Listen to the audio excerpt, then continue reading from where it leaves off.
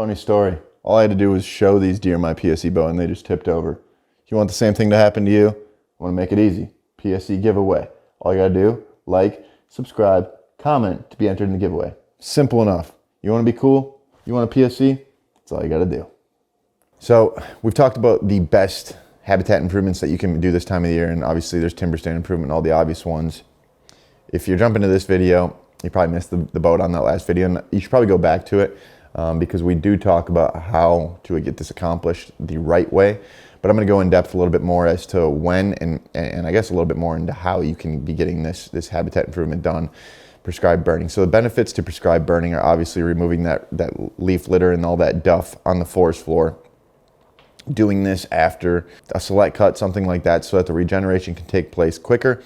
You get better results in your property faster, which ultimately means habitat grows up faster, which means deer start using your property more often. And as deer start using your property more often, big bucks start using your property more often. Especially in places where cover is limited, we need to take these precautions to make sure that we're the property that the deer want to spend the time on. Maybe you got 20 acres, maybe you got 10, maybe you got 100. It's all the same to a certain extent as far as the improvements that should be made. Prescribed burning being one of them. But how do we do it? When do we do it? Let's get into that. So I have a favorite time of the year in which I would look to prescribe burn properties.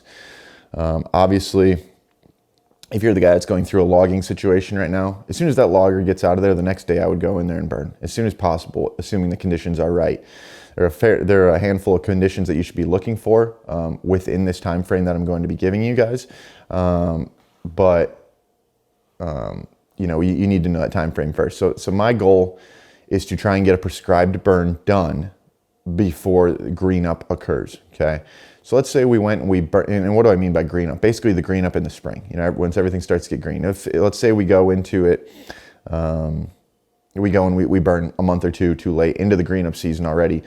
We're losing two months or a month or however far into that green up season.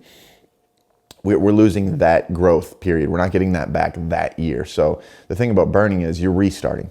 Every month matters, every day matters. So getting it done in the dormant season is the time in which you should be doing it to ensure that you get the most results your first year and into your second and third year. And by the second and third year, you're gonna have beautiful cover. There's no doubt about it, but you can't be doing it too late in the season. So whenever that dormant season is, the end of your dormant season at the latest is when you should be doing your prescribed burns, okay?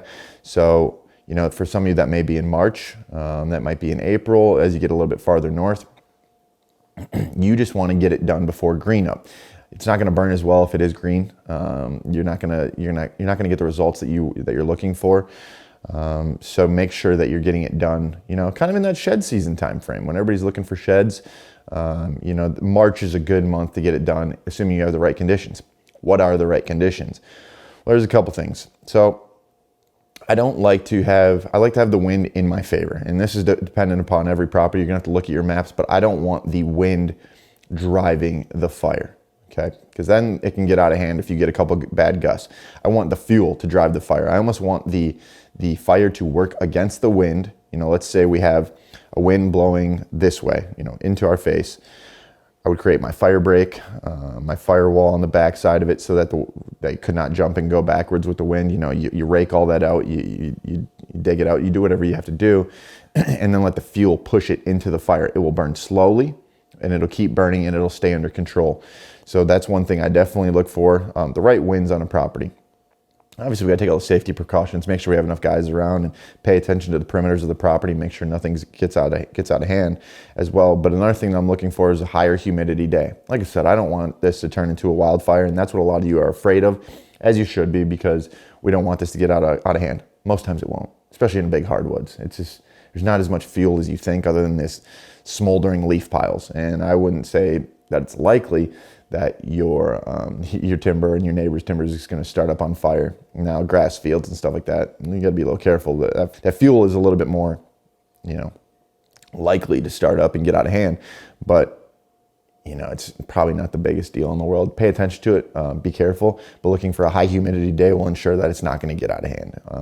So making sure that wind's in your favor, making sure you have a high humidity day is going to be the best time in which to go out there and get some of these burns done. Thinking about topographical features, obviously fire and heat always wants to rise, so it wants to burn up. So maybe start at the top of your hills, let them burn down. You basically want you want the fuel to drive the fire, not initially the conditions, the elevation, the wind, because then it can get out of hand quicker than you can basically keep an eye on it. Hopefully you have enough guys to keep an eye on these things, but nonetheless, guys, if you're not using prescribed fire, you're missing out. Flat out. That is the single most important thing you can do to a property to create new, young regeneration that is going to be super palatable for your deer. You're creating food, you're creating cover, and you're creating water. A lot of people don't think about that. Everybody thinks about putting in your water holes and stuff like that, and I'm okay with it. If you want to supplement a tree stand location, great. But don't think a water hole is going to make your property 100 times better than what it is. Deer get about 80 to 85% of their water consumption through natural browse. Otherwise, they would die in the winter. Think about it that way, especially in the northern climate.